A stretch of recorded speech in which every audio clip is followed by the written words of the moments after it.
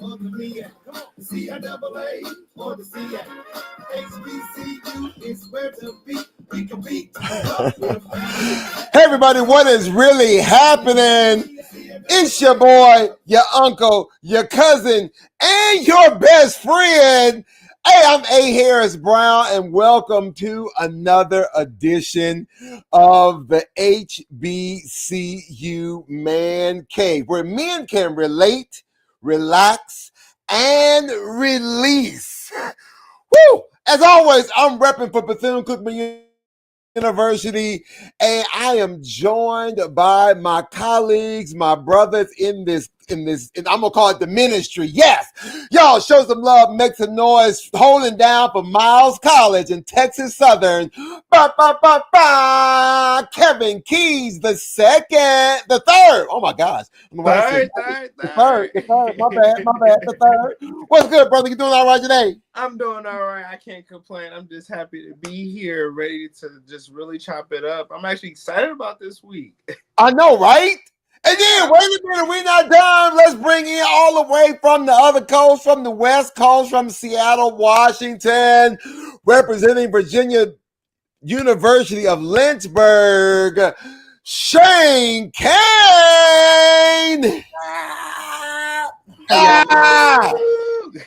What's good, y'all? What's happening? What's going on? So first of all, wait a minute now. Everybody got a man cave today? Yeah, we do. You know, upgrade. Y'all got the bar, y'all got the lounge, y'all got the TV going, y'all got the big screen. Yeah. Right. Look good. Y'all looking good today. I'm here for it. I love it. Oh my gosh. Okay, so now listen, before we go any further, let me do a quick check-in. How y'all doing? How was your weekend? This tour program ain't no joke. I ain't right and I ain't did this much right. Oh, wait, you had a class yesterday. Wait a minute. Let's wait a minute. Yeah, I had class and everything, man. Oh, man. Oh, man. So we got to take a moment to unpack that, but not right now, though. Not right now. We are going to unpack that, though. Wow. He said, I'm back in school. It's happening. It's for real. Yeah. All right, well, listen. So let everyone know. So tonight's topic is Black excellence under pressure, thriving in the spotlight. Now, Black men in high-profile positions, such as yourselves, often face immense pressure to perform, lead, and represent an entire community. Now, it's not just about surviving the spotlight. It's about thriving under it. That using that pressure to fuel greatness while maintaining your peace. Now, we talked about maintaining and protecting your peace about a week ago. Now, we're honored to have with us, fellas. Let me tell you all about this guest we have today. Now, I don't know if you all have ever heard of this brother, Kevin and Shane, but we got a great guest tonight. His name is Tobias Armand. He's a Howard University alum. He's an actor, a model, an author, and entrepreneur. Now, Tobias has made waves in the entertainment industry with his standout performances in movies such as The Black Panther. He was in the BET Tales and Killer Couples. Now, his career is a testament to the power and perseverance and authenticity in the face of scrutiny. But wait, there's more. Tobias then has roles other than his roles on screen. He is the founder of the Tobias Armand Cancer Foundation, a nonprofit organization dedicated to supporting cancer survivors, raising awareness, and providing resources to individuals and families affected by this disease. Throughout his foundation, Tobias demonstrates the power of purpose and compassion, inspiring others to use their platforms for good.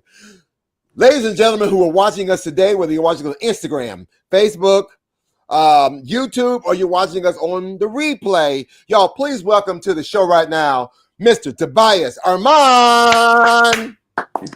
Fellas, how are you? Thank you for the welcome, man. Good to have a spotlight with you fellas. You know, you're doing some amazing things. Thank you for being here.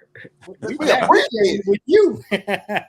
Listen, we in here with celebrities, y'all. We out here. Oh man, bro. Look, I'm telling you, I tell people all the time, we all here trying to make it. We all learning every day. we all here to support and encourage one another. I think that's one of the things that really it hits different, you know, when you have the support from the people that look like you. They know what some of the struggles are and the things that you have to face. So absolutely, bro. We're all one, man. That is true. I love it. And somehow he got the memo that we were wearing hats today, or we're wearing something. Yo, I ain't get the man cave memo though. I'm feeling left out right now. You know what I'm saying? Oh yeah, we got yeah. See, we might. If you see now, I'm telling you now. If you see Shane walk off, because he probably wouldn't. He going over to the bar to give him another drink. You know, and Kevin. You know, I think Kevin might be in the cigar lounge a little bit later. So you got to watch out for these brothers right here. I got me a drink already. See what I'm saying? All right, so now let's get started. Now tonight's icebreaker. I got a question or a comment or a thought, and I want to get your feedback on some of these. Now, I want to talk about, you know, leading to where we're going to be talking about today, about Black men in the spotlight, whether they are an athlete, an entertainer, or a public figure, and the scrutiny or the praise they may have received. So I'm going to just throw out some names or some people, give a quick little description, and you kind of give me your thoughts on each of these individuals. So I'll kick it off with the first one. Let's talk about Deion Sanders. All right, Coach. Oh, come on, Brandon, what's good, brother? All right, so first we're going to talk about is Deion Sanders, aka Coach Prime, and he did an incredible job putting HBCU athletics on the map, right? And now, you know, he made some big waves when he left HBCU world and he went to Colorado. He was praised for his leadership and dedication to his players, but he also faced criticism for how he handles certain transitions. Yes. Now, is this a great example of how being in the spotlight comes with both celebration and scrutiny? What do you think, guys? Yes. Absolutely.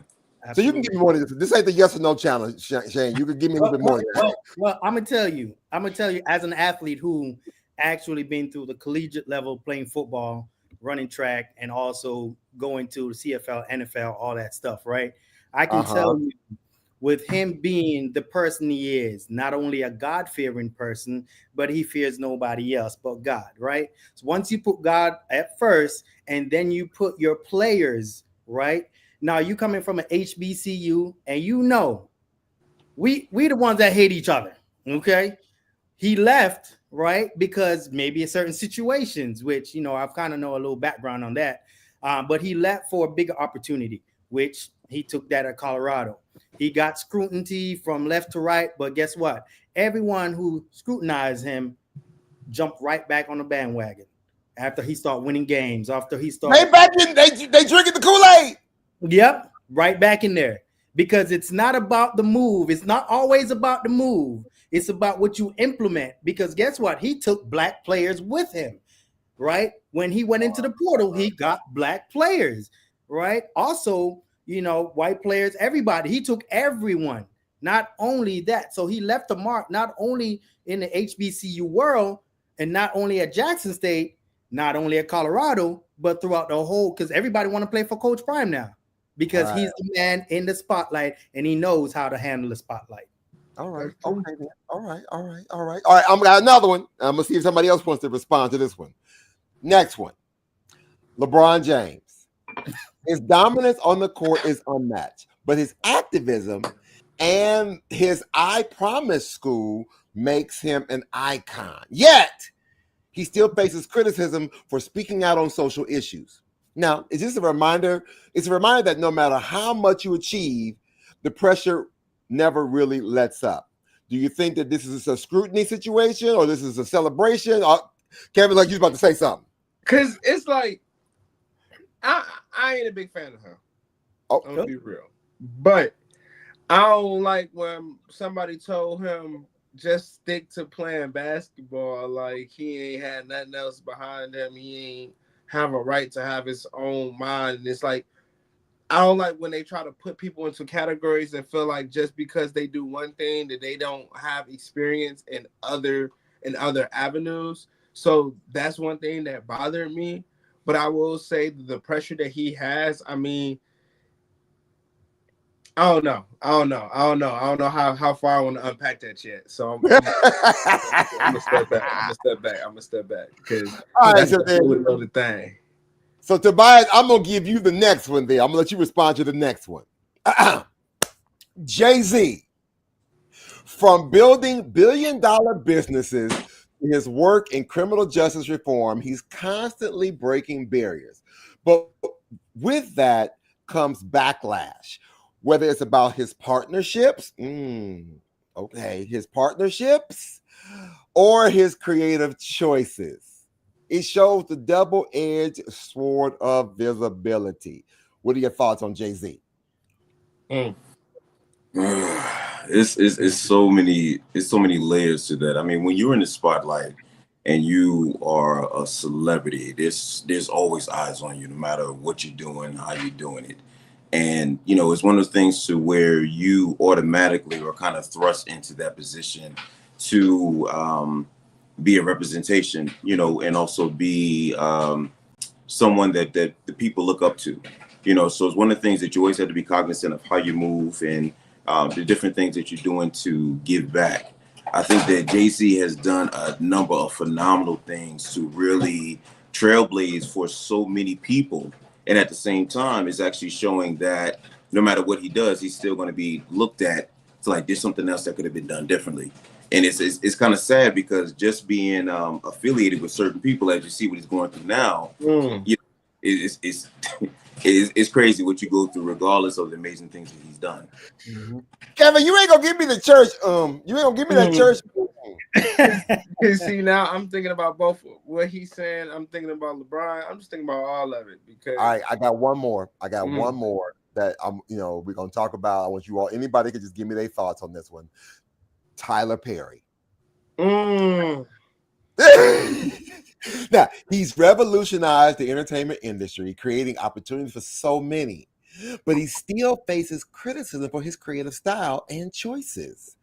Is this a perfect example of thriving under pressure and staying true to your vision despite the noise? No, you're supposed to judge Tyler Perry because Tyler Perry got a lot going on in that mind. I swear to God, like the stuff that he can put on paper, it makes you think. Like, I pray he got a therapist because there's no way, like certain scenes, the way he writes certain stuff out, the detail in certain scenes, you be like, bro, there's no way that you really just thought of it like that. Like, for example, Beauty and Black, not Beauty and Black. It's another one where in the funeral, the one that she sat there and told her kids get him out the casket.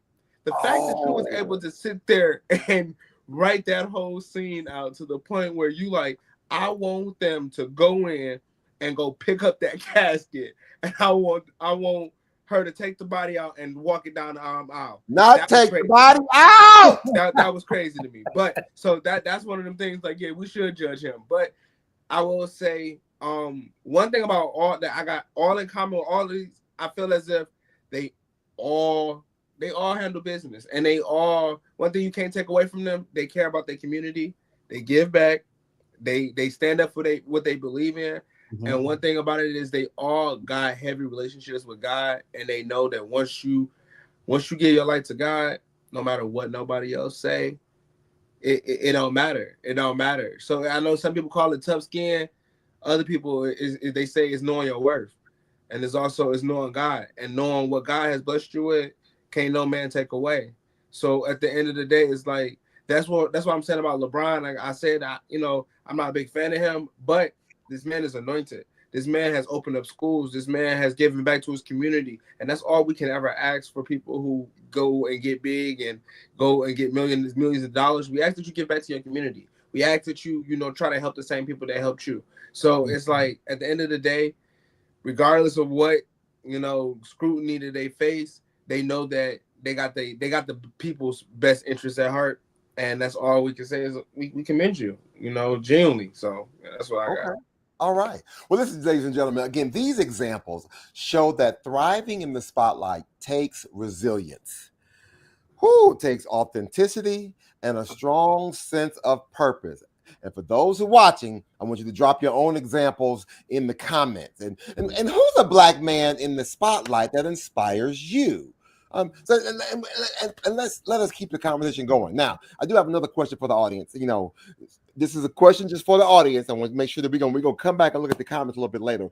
What do you think society expects from Black men in high-profile positions? Again, what do you think society expects from Black men in high-profile positions? Now, drop your thoughts in the comments, and we'll check your responses now throughout the show. All right, now let's get on down to. We talked about. I mentioned earlier about the double-edged sword of visibility, right?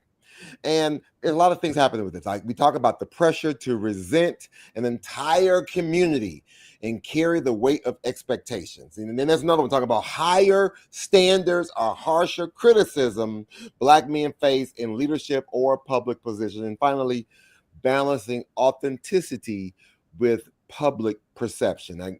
Again, I'm just curious. The pressure, the high standards, or balancing authenticity? Which one do you want to, do you all want to tackle first? Anybody want to just take a stab? I'm going to go to our guest today, Tobias. Which one you like to do? You want to go with the pressure to resent an entire community, the higher standards, or balancing authenticity? I think balancing authenticity is one of the most difficult things because as a Black man, a lot of times we're seen as the epitome of strength, and a lot of times we're viewed to not to show emotion. You're the one that everyone looks for the answers, to hold it all together, and you grow up to, stop crying, don't show any weakness. But in order for you to be able to be a productive person for the community, for you to be a strong father, a husband figure, to be someone that's able to be successful in your own niche, you have to be able to be transparent, not only with the outside, but with yourself as well. It takes a lot of introspective looking at yourself to understand what is it that you want to be able to portray and being true to yourself. And I think one of the things that's very difficult is because of the fact that you're going to get backlash from outsiders and a lot of times from your own community, because one of the things to be like, okay, well, if you're changing, you're a sellout, or, you're not the same, or you're different than how you were. But in life, you have to change, and it's one of those situations to where I can have all the accolades, I can have all the experience, I can come and be the best for this particular position. But because of the fact of the color of my skin, I'm going to be second guessed. It's the type of situation that I only have to be good. I have to be excellent. I have to be 10 times as good as my counterpart. So in that, you have to be able to make sure that you understand all the different ways for you to illustrate that Black. But at the same time, it's difficult when you get the hate and the pressure from your own community. So there always has to have a balance, and I think one of the things, I'm a big advocate for men's mental health, and being able to really having those areas to release, to be able to be transparent, and to be able to talk about those subjects that a lot of times we don't get to be able to be, visible with. So there's a lot of different things that we face as men of color, and being able to really balance all those different things, while you're being true to where you want to be in life, and at the same time making sure that the people that you love in your community, the people that's looking up to you, that you're staying true to your culture, and who you identify as. Definitely. Now, again, also just to add, public perception often expects Black men to fit certain molds. Now, according to the Greater Good Science Center, hey, fellas, I did my homework today, right? We're all in school. We're scholars, right? So the Greater Good Science Center tells us that thriving under visibility requires navigating between external expectations and internal values. And the thing is, how do you marriage and balance the two? Because I'm so busy, because so often we're struggling with trying to give off this expectation, this external look that everyone else is looking for. and balance it to our own goals, our own morals, our own values, and make sure they don't compromise. Because you don't ever want to give up who you really are for something that you're trying to be. Mm. So now, got a question for you all. Anybody, how do you handle the higher standards and criticism that often come with visibility as a Black man? Again, that's anybody. Bingo. So okay, Kevin. The easiest thing to do is to accept that no matter what you do, you will always have different perceptions of who you are in everybody's eyes. Everybody's going to look at you different. Everybody's going to have different ideas of who you are. Everybody's going to have different versions of who you are. So at the end of the day, you have to accept that. Not everybody's going to like you. Not everybody's going to agree. You're going to hurt some people's feelings. Some people going to love you until they hate you. Some people they're going to hate you until they love you.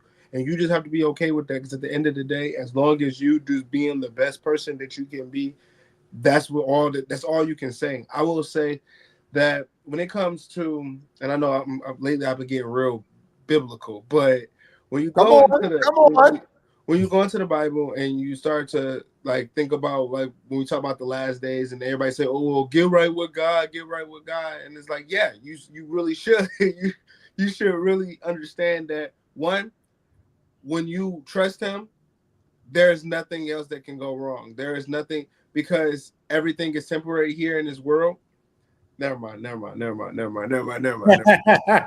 Come on, brother, preach now. You want to get too deep? Because when I say we'll be here for another 30 minutes, because what I'm genuinely trying to bring together is just saying that we have to learn how to just understand that all this man-made stuff, it doesn't matter. So as long as we're doing our mission that God has given us for this earth, that's all we can be okay with. I want to always say that if something ever happened and it's time for me to face God, I want to be able to look him in his face and say, I did the best I can.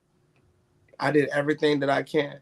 And that's what I genuinely want people just to live with that. As long as you do the best that you can, what everybody else said, they scrutinized a man who was willing to give his entire life for the entire world. The fact that even the man who was the most perfect on this earth, the most perfect man to ever work this earth, they still scrutinize him.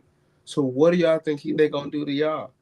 Like, so accepting that no matter what you do, you're gonna always come across people that is gonna constantly make you feel less than. But that's all I got. That's all. Okay. I do want to add that public figures, and we're going to use Jesus too, since you wanted to put it out there. And we talked earlier about LeBron James or Tyler Perry, often face intensified scrutiny, where small missteps can overshadow significant accomplishments.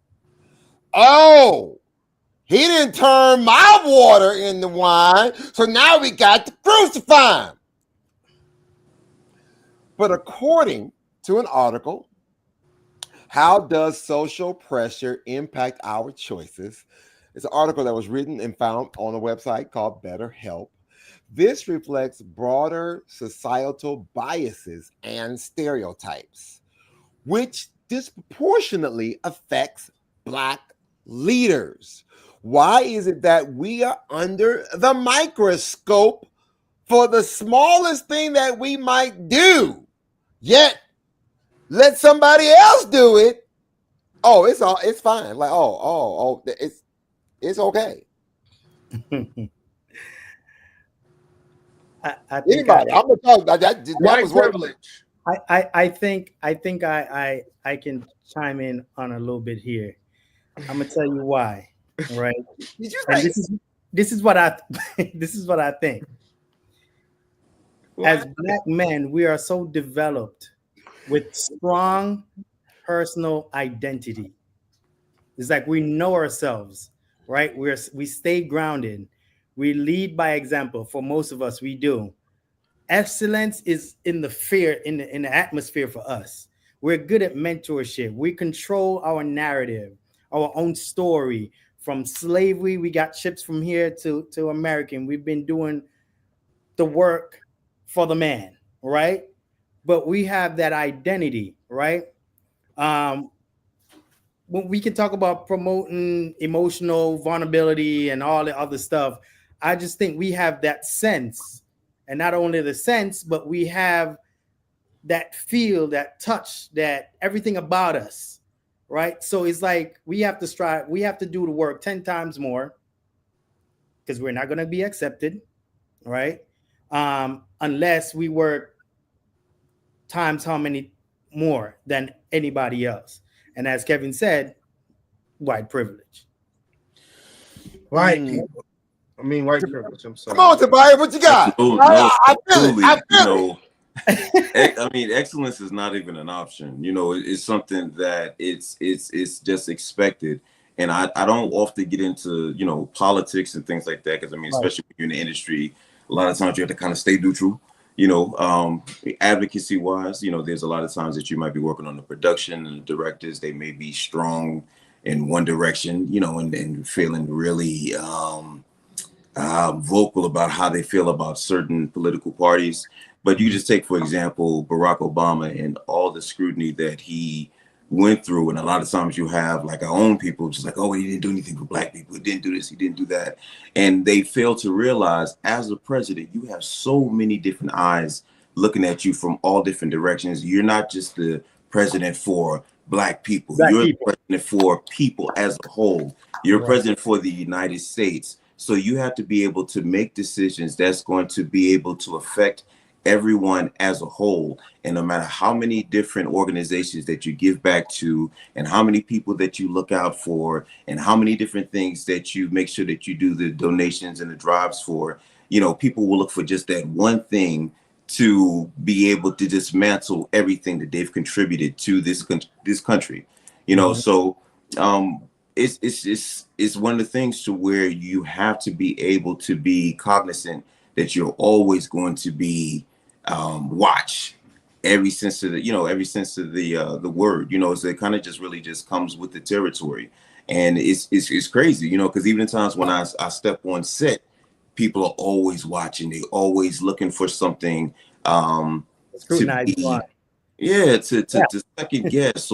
And even before I got into the film industry, I was a medical director, you know, working with people with mental and physical disabilities. So a lot of times when I was in a boardroom, I was the only person that looked like me. You know, I'm in a room full of physicians, in a room full of attorneys, and being able to, you know, give these presentations and these PowerPoints and be able to really delegate the meeting. But it's one of those situations to be like, all right, well, we have this brother, you know, not only is he of a different color, but he's the youngest in the room. So it's expected for you to come strong and be able to know that you have to represent for not just for yourself, but your people as a whole. And I wear that badge proudly, brother, you know. So it's always an honor, but it definitely is tough at times. So here, quick question: ain't it crazy that when white people mess up, they just another white person that just messed up? But when a black person mess up, they is representing the entire race. Yeah, entire community. Like the entire community is being represented by this one black. When OJ killed that girl, it was like, oh, look at black people. Like, you know, it's just like when Wesley Snipes didn't pay his taxes, it was like, oh yeah, see, I told y'all black people didn't pay their taxes. No, Wesley don't pay his taxes. I pay my taxes. You know?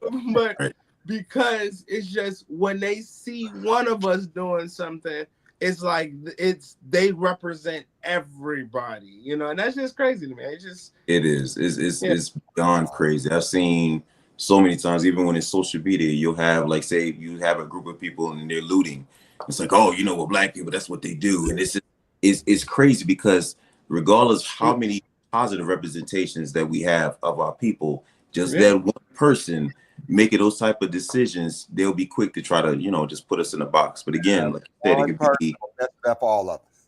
Yeah, I don't look like see, Tobias, I can kind of walk your shoe as a military guy, right? And it's so funny because when you step in that room, you have to be able to command, right? You have to be able to articulate. Right. And when you come in that room, it's like once you walk in, all eyes is on you, Absolutely. right?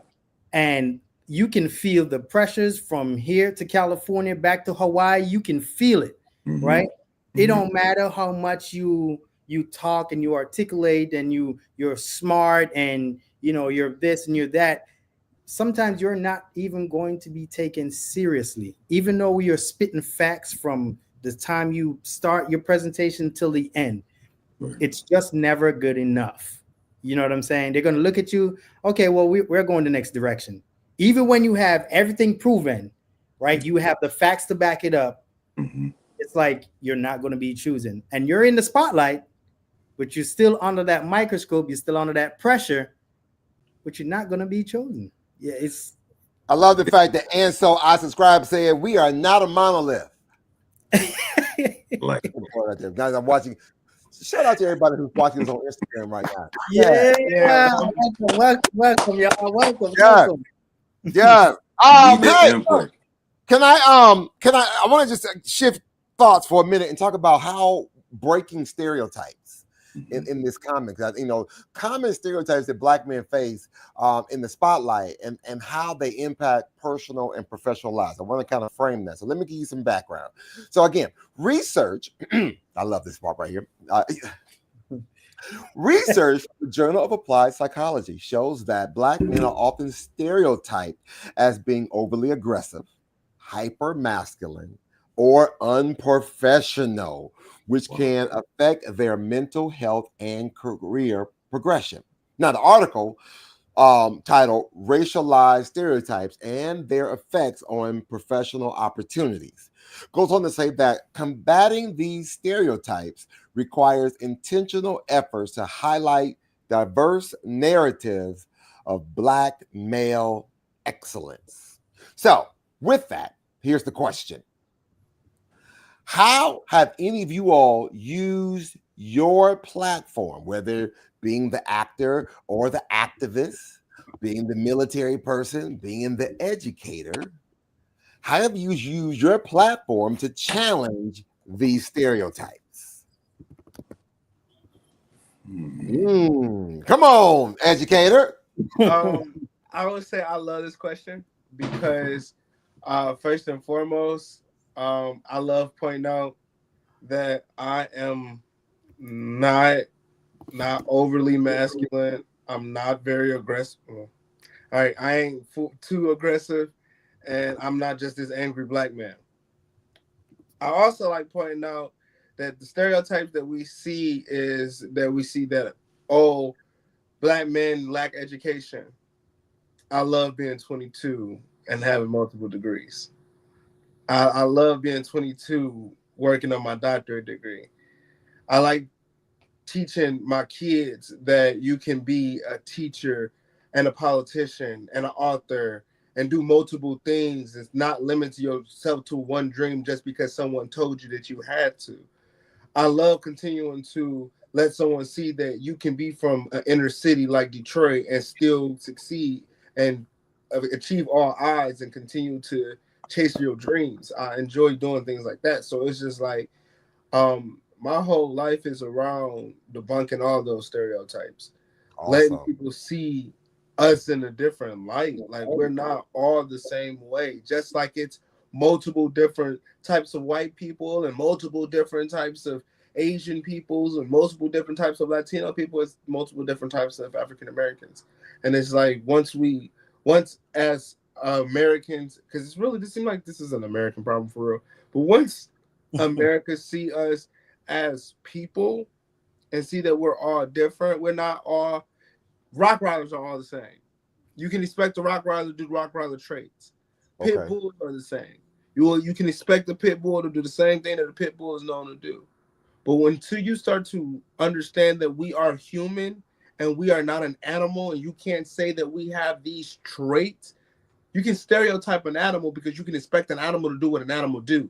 But you can't you can't stereotype of human because no one's life is exactly the same.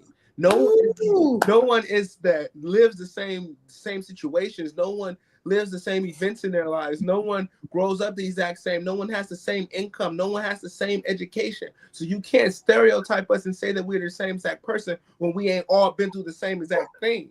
But you know, when you don't look at us as human and you still constitutionally look at us as 3/5 of a person, you can still stereotype us and believe that we're nothing but prisoners and rapists and criminals and people who won't amount to anything. But you understand that our lives have value. They wasn't ready for a black woman to get in office because they didn't want to see anybody who looked like us make the decisions for an entire country again, because they made that mistake one time and they wasn't about to make it again. Come on now. Ooh, don't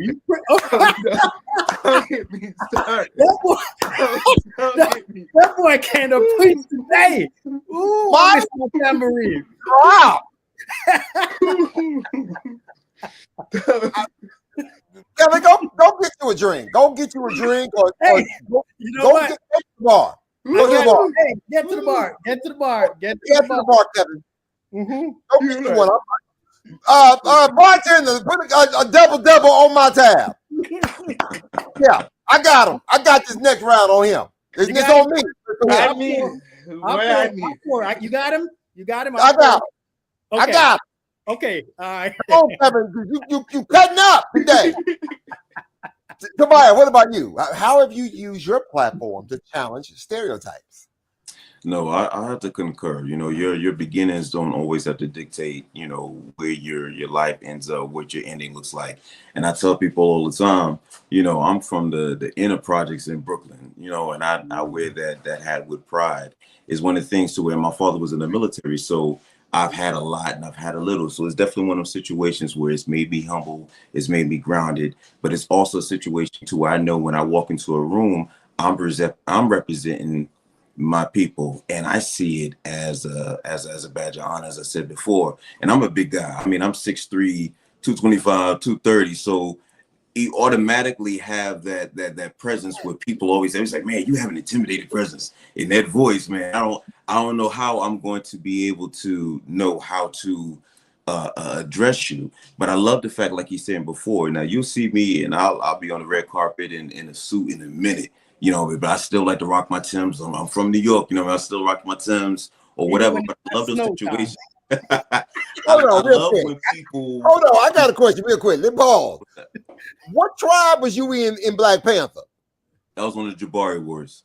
Oh, okay. I can believe it. Like, yeah. Hey, look. He was 6'3". 6'3". Let me guess. 6'3", 210. Oh yeah, he was one of them big ones up there. Let's go. Yeah. I apologize. No. It's one of those things to where you like you say, you feel it. You feel there's so many that they're intimidated because of the fact of, you know, and let's be honest, when we walk into the room, we command attention. But I love the fact to be able to be underestimated, you know, to be in a situation to where, coming from very humble beginnings, both of my parents were 14 years old when they had me, you know, so being able to step out from those stereotypes, to have my own 501c3 nonprofit, to have an insurance agency that I built on my own, to be able to have a number of different accolades that I worked very hard to create, is also one of the things that I carry with me when I'm on set. I'm one of the first ones there. I'm one of the first ones that is going to be able to help out other people. You know, I'm quick to stop and, you know, to take pictures, give autographs, be able to really have those moments. And I get that so many times, like, man, you're such a humble dude. And it's one of the things that I'm very prideful of, but I love to set the example, because there's so many times that people will second guess, or I hear the people, especially being in the South, you know, being a Northerner and being in the South, it's like, man, you're just so well-spoken. I'm like, hold on, wait a minute, what you mean I'm well-spoken? What, I'm a trained animal? You know, to be like, you articulate your words, but it's definitely one of those things to where you cannot judge a book by its character. You know, there's so many different examples of Black excellence that we bring to the table. But I always carry that and cognizant of that, and I make sure that I always set the example no matter what room I'm in.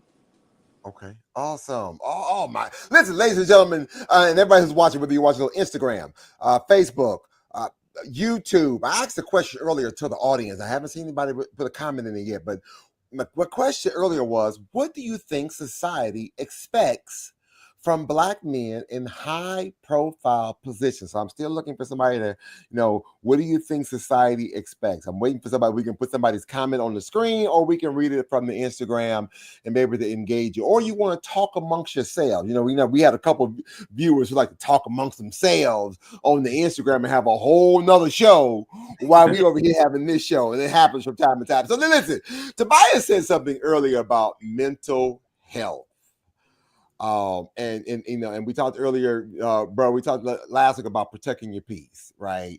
And so I want to just kind of go there real quick before we get up out of here and just talk about. Oh, wait a minute, trying to get to my notes right, and talk about the importance of mental wellness and mental wellness in the spotlight. And is that such a thing?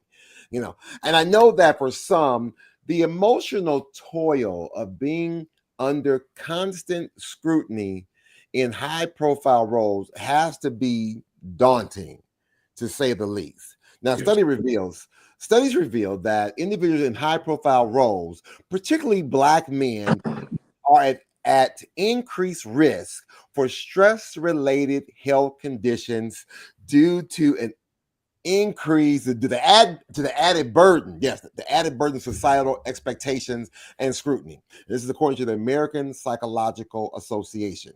Now, this emotional toil often manifests as anxiety, burnout, or feelings of isolation. Now, has that happened, or can anybody identify with any of that?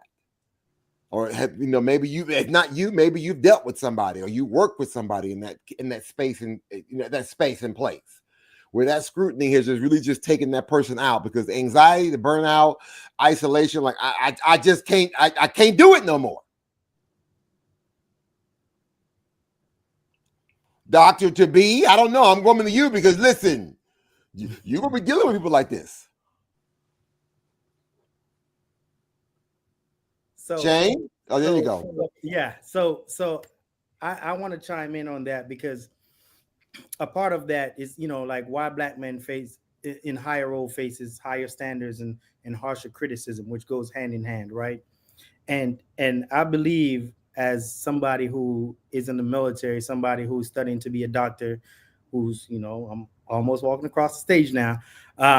It's a historical bias and stereotype, right? It's like Black men are often seen through a lens of skepticism due to the stereotypes about work ethic, leadership abilities, right? Success is viewed as the exception and mistakes, and it's amplified, right? It comes to double standards. It comes to implicit bias, right? Tokenism and overburden, which we talked about, which is burnout. And I remember we had that topic sometimes last year about burnout, right? Black men in higher roles often carry the weight of representation. Rather, it's the community in a whole, your family, just you in general, and expect to advocate for a diverse and inclusive or inclusion with excelling in their primary role. So I just believe that, on a whole, we face a lot. And when it comes to burnout, while we are under that spotlight, we may be doing one thing, we may be doing this, we may be doing that. As Tobias said, his parents or dad was in the military. And I for one can tell you that as a Black person in the military, it's like you're being looked at in so many different ways, and you have to accommodate so many different people, so many different ways. Sometimes when you come home, you're burned out. You don't even have time for your kids. You don't have time for your wife. You don't have time for family. You're completely done. You know what I'm saying? So I believe, being in the spotlight, you have to take care of you, right? Before you can even take care of anybody else. Because if there's no you can't serve. Got you. Okay. Yep. Tobias, has this ever happened to you? Have you ever got to the place where you anxiety or burnout, or you were in spaces of isolation? in your career? Most definitely. I mean, there definitely have been times to where, you just have to figure it out and trying to balance a number of different things because you have to be able to be focused. And I think a lot of times people feel that an actor is just somebody that has some words on a piece of paper and they're reading it through, but not realizing that you have to be in a mental space, in a place, and it's not a situation to where you're acting per se. A situation to where you're placing yourself in real life situations and you're being able to convey those characters in your true self. So all those different outside factors that you have going on, you have to be able to block that out and being able to know how to be able to focus. So again, that's one of the things to where I really had to look into therapy, and being open to it. And so many times in our culture, with our people, there's always a lot of negative stigma that you don't want to look for therapy. You're not crazy, or that's a form of weakness. But the ironic part that shows actual strength, and being able to understand that that's going to affect so many. It's a snowball effect. It affects so many different aspects of your life. So every different facet of my life has had moments where I felt the burnout, but I had to take those moments. And again, as we said earlier, being able to stay true to yourself and being remembering what your values are and what direction that you want things to go, and just be able to triage and go in that direction. And I definitely understand a lot because I was a pre-med as well at Howard. I always wanted to be anesthesiologist, so it's one of those things that you always have to be able to know how to block certain things out, being able to focus and balance it all. Okay. Hey, so Kevin, question for you. I know this just recently, I'm thinking about you kind of alluded to the election season, and the choices that people make. I'm wondering, here's my wondering for you. Were there moments or situations where you had to publicly handle, or how did you handle any public mistakes or backlash when you were running for either school board or when you were running for state representative? And how did you handle that with grace and resiliency? Ooh, I didn't. Okay, wait a minute. Let's talk about it. Oh, I didn't. Oh man. I need to pour him a drink. I will say I did handle it with a certain level of class and a certain level of civility. I do stay true to my HBCU principles. However, I will say that when it was something, I did stand my ground. I mean, I didn't take no BS from nobody. It was some times where people wanted to slaughter my name. I did try to take the Michelle Obama high road, but then sometimes you got to be Eric Mays, and when they go low, you got to go lower. And I mean, you just got to know when. It has to be a perfect balance. It has to, when you in politics, it has to be a balance of good and bad. Is when you're dealing with, especially being young in politics, people like to try to like step all over you, say, "Oh, you the new like fresh meat, so we're just gonna roll over you." I have people like pulling up my yard signs. Them yard signs ain't cheap. Like, wait a minute. So you gotta speak up for yourself. You gotta So it is hard coming into politics, especially being so young, especially being a black man, because you don't want to ruffle too many feathers, but then you don't want to sit there and make it seem as if you're just weak. So then people be like, "Oh yeah, he ain't no competition, no nothing at all." So then it's like you got to have that perfect balance. So I was during my campaign season, I allowed myself to have a balance between, still having that Obama grace, but then also having that Malcolm X attitude by any means necessary. So it was just me knowing when to turn it on and when to turn it off. And So there was a growth moment for you at some point. Yeah. Okay. Once I cut into one of my opponents, after she did a whole lot of so I realized like maybe I didn't have to go that hard, but then it's like the other side is like you had to prove a point. You had to So I will share with you, Kevin, that according to the Journal of Resilient Studies, public figures who openly acknowledge their mistakes and demonstrate accountability build trust and respect while mitigating negative fallout. Now, grace under pressure is key, Kevin. Grace under pressure is key to rebuilding credibility. Yeah. Just hold that. Just hold that in your back pocket. You know, so you can lean on. Yeah. I think we need to light him a cigar at this point in time.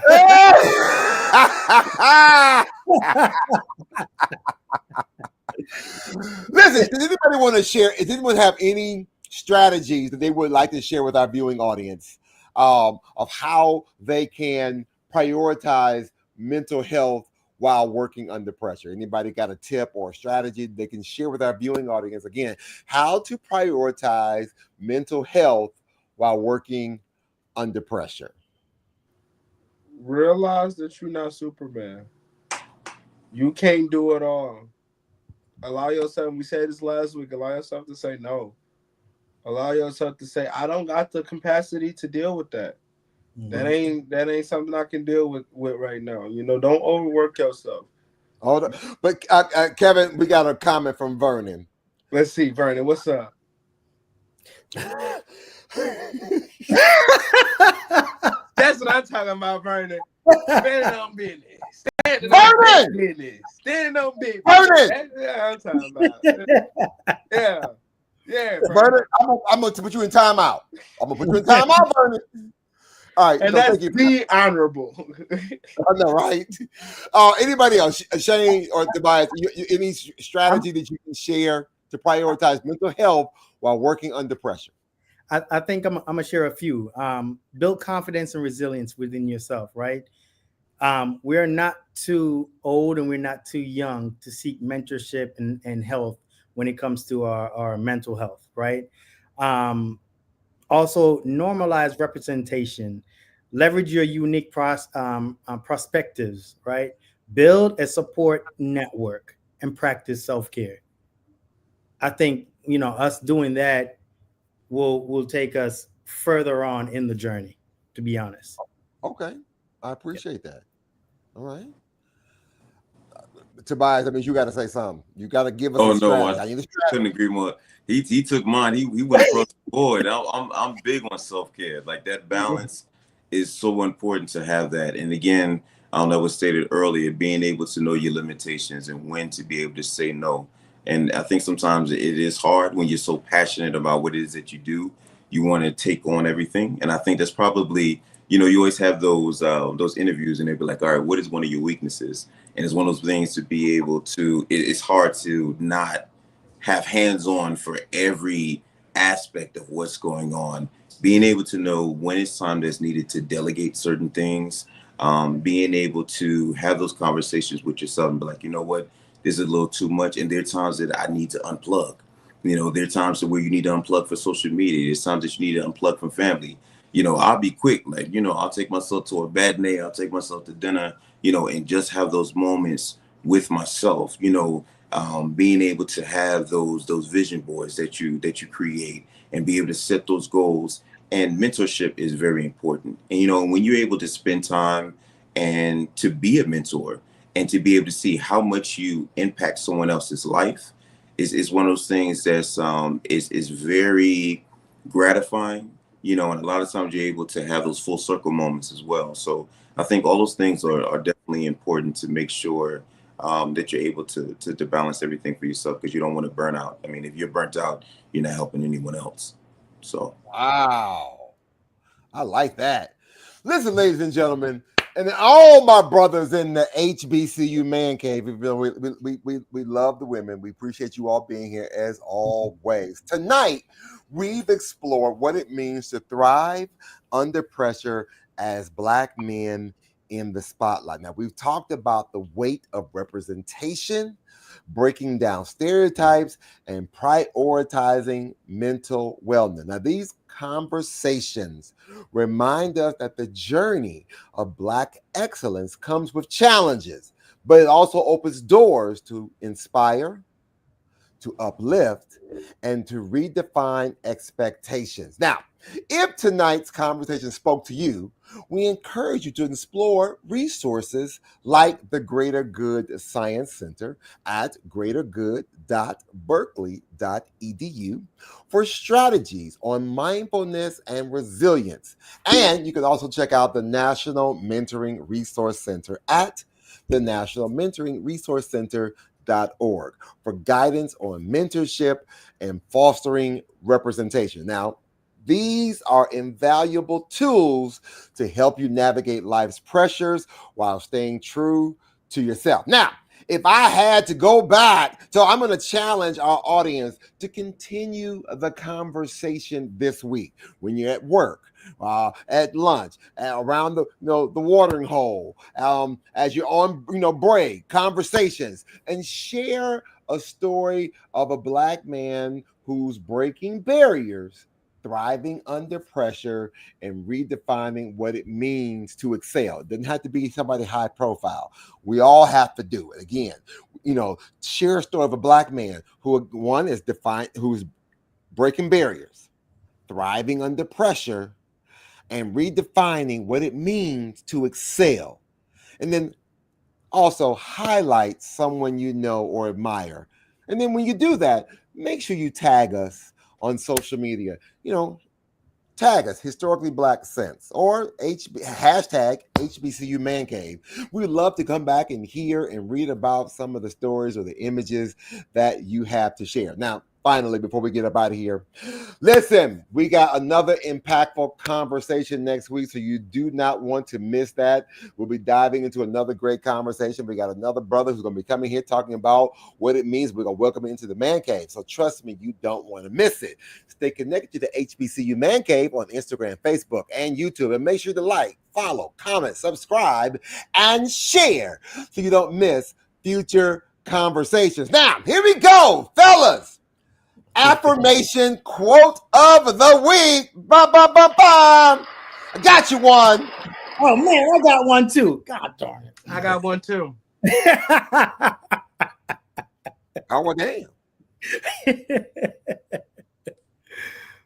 All right, well, go. Let's give Shane the spotlight. I'm gonna come back to you in a moment, Tobias. So we're gonna Shane, what you got? Okay, so my affirmation for the week is I am a leader because of my capabilities, vision, and hard work. The criticism I face does not define my worth. It is a reflection of the barriers I'm breaking for myself and others. Bro, you got a whole sermon going on right there. Okay, I was about to say, come on, preacher. That was a sermon. That was a whole sermon. Now, what's the scripture? Because that was Kevin, what you got? Simply, your value is not determined based off of someone else's inability to see your worth. Wait, first of all, I need a whole spotlight on you. Let me put a spotlight on you. Sit up. Your value is not determined. Your value is not determined based off of someone else's inability to see your worth. Okay. Now let that sink in. Let that sink in. Let that sink in. And mine is okay. I'm gonna go and share mine with you for today. So there we go. Here we go. I am not afraid of the pressure. It's proof that I'm in the game. Under pressure, I discover my true strength and purpose. I'm not afraid of the pressure because and you became diamond while you were under pressure. Come on! Right, last week we get about it, ladies and gentlemen. Here we go. Last thing. So, new segment. We used to call this something else. Now I'm calling it Habari Gani. Now, Habari Gani, for those who may not know, it means the good news. So, before we officially sign off, it's time for what we call our Habari Gani moment, which means the good news. Or what is the good news in Swahili? This is our chance to celebrate wins, share good news, or highlight anything positive going on, whether it's personal or professional, or anything that may be related to the show. So, Kevin, I'm going to go with you first. Any Habargani news? Anything you want to share? Any good news happening in your world? I will say, I think that more brands are looking at me, and I'm starting to get more brand deals. Okay. So shameless plug. If y'all need me to represent y'all brand, hit me up. All right, Shane, what you got? What's your Habargani? Well, I am blessed and highly favored. I got some emails today, yesterday, day before about getting back into the modeling thing and getting back into representing some brands. So, I'm getting ready to graduate with my doctorate, as you guys know, right? And then retire from the military, right? And then get into the things that I want to do and just getting out there and just representing me, not only me, but family, friends, and whoever is in my circle. So we out there. And listen, we want to thank again Tobias Armand for being here today. Actor, philanthropist, entrepreneur, all former pre-med student at Howard University. Now, Tobias, your Habargani, please also share if you have anything you want to share about the foundation, any upcoming projects or movies or shows you want us to watch, any personal achievement. This is your time. We're gonna put the spotlight on you right now. Go. Black Panther 3. Oh man, some great things happening. Black Panther 3. Yeah, my agent is definitely on it. Let's go. I'm working on my biography. I'm actually in the works of that. Also, I have a red carpet premiere that's coming up the first week of February for a TV series with Donors. It's a vampire series, majority Black cast, so it's really dope. I'm the king of the vampires, so it's fire, So definitely support. It's going to be streaming on a couple of different networks. We also have the book dropping at the same time. Doing a lot of things with the foundation. We're growing. We are receiving a lot of different grants and support. And then I also have 2 other feature films that I'm going to be filming this week. So I film on Friday and Saturday, and I have a new project I'm picking up next month. So staying pretty busy and just really thankful and blessed every step of the way. Awesome sauce, man. Appreciate it so very much and all that. Are we invited to the red carpet? Because I'm ready to put my food up. What's Absolutely, up, man? Yo, I'm ready to fly out. Man, it's fire. It's fire. So you said you don't let us cover the red carpet. Yo, look, we in the man cave. We brothers now, so just reach out. Let me know. I love it. Let's go. Thank you for having me on, fellas. It's been a pleasure, and there's nothing like being able to have these conversations, this transparency, with like-minded brothers. Because we do face a lot. We have a lot of pressure and a lot of responsibility, and I'm proud of every one of you brothers, man. Definitely. All right, man. We appreciate it. Now, listen, for everyone in my Habargani for this week so Kevin already started class yesterday. I start back to class this week, and we're gonna count this thing down. I already did 1 semester. I got 2 more semesters to go, and who knows, I might be somebody's principal real soon. So just Nice. Keep me on your prayer list, y'all. Keep me on the prayer list. And then finally, I am proud to announce that the HBCU Man Cave, we are positioning ourselves to be a major force in the HBCU community when it comes to health and wellness.